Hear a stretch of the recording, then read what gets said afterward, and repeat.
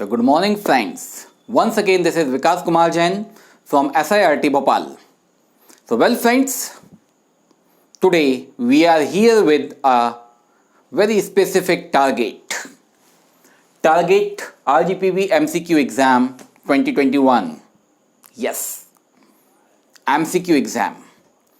Well friends, in our last video when I asked my viewers to send me the comments, they told me that they are really very much tensed for the pattern of the examination. Yes, it is but obvious because last year you had gone through with the one different way of examination, that was open book examination, and it was quite comfortable.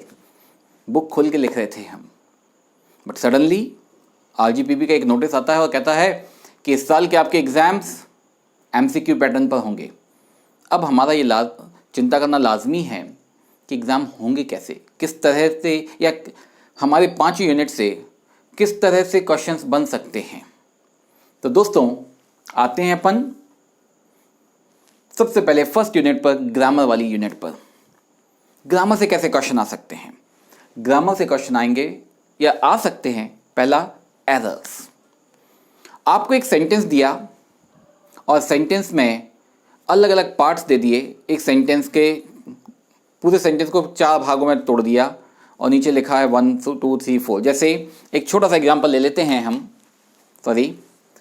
कि he have completed his work. First part ये है, second ये है, third ये है और fourth ये है. He have completed his work. आप देखते ही पहचान लिया आपने कि भाई ही के साथ हैव लगना चाहिए, तो हैव लगा है माने ये एरर है, तो बस सेकंड आपका आंसर हो गया. ठीक है, यही है तरीका इसका. आपका आंसर हैव हो गया कि ही के साथ नहीं हैव लगना चाहिए था और यहाँ पे हैव लगा है, तो answer number 2, option number 2 is my answer. और उसमें ऑप्शन दिए 1 2 3 4. एक तरीका ये है. दूसरा तरीका है कि आपसे ऑप्शन में 4 सेंटेंस दिए हैं, सेम सेंटेंस हैं या अलग अलग भी हो सकते हैं, और क्वेश्चन दिया हुआ है विच of the following is correct.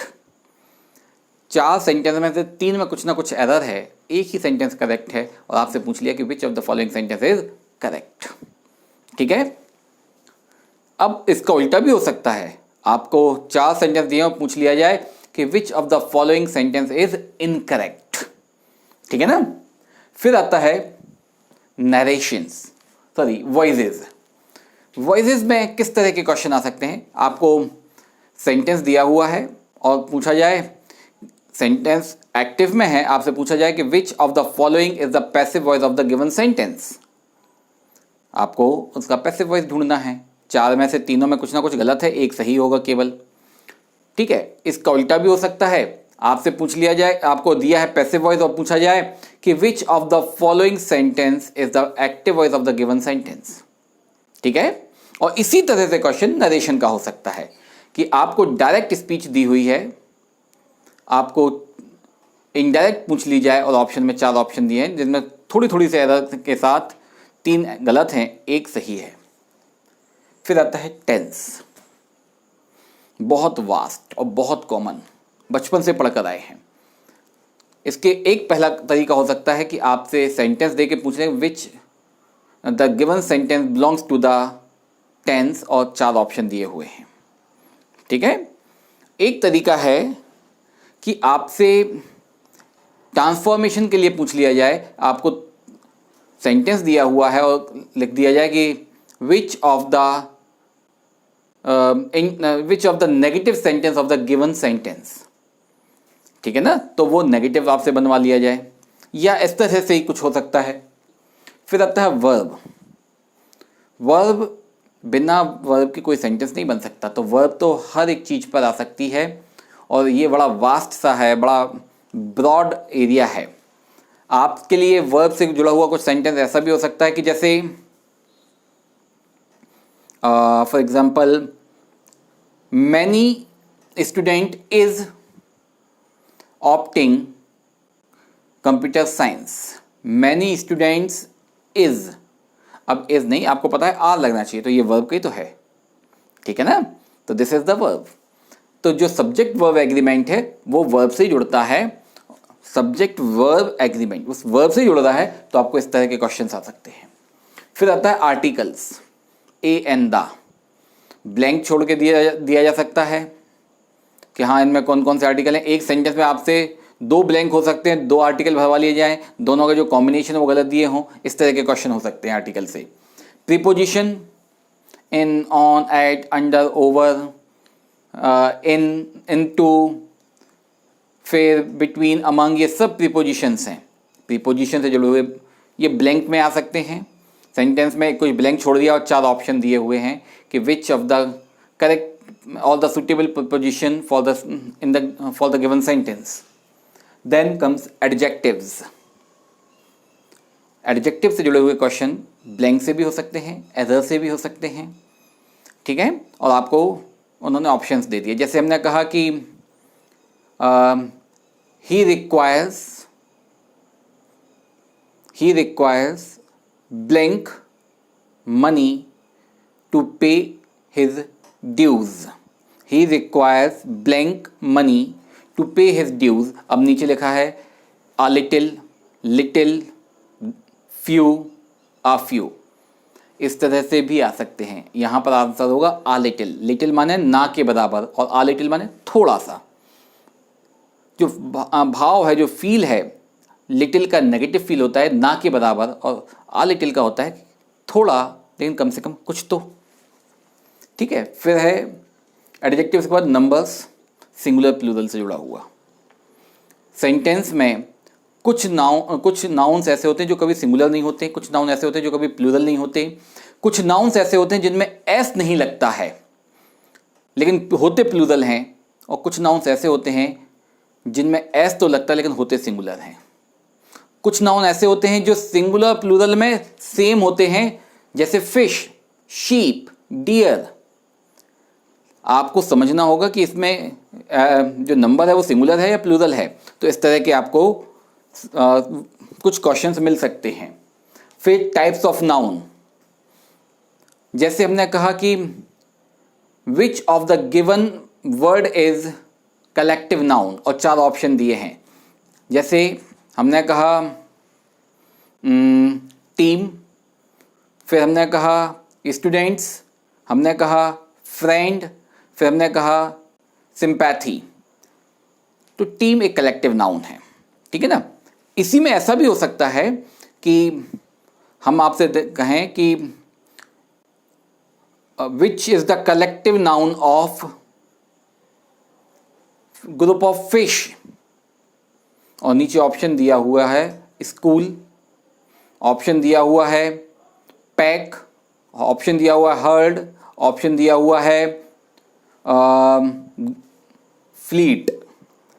अब मछलियों के समूह को स्कूल कहा जाता है, ये बहुत स्पेशल सा वर्ड है, वही वाला स्कूल जो आप समझ रहे हो, SCHOOL।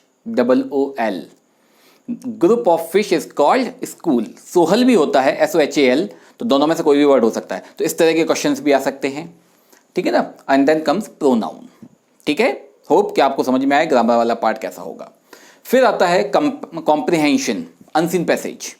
अब अनसीन पैसेज के 2 तरह से क्वेश्चन आपको मिल सकते हैं।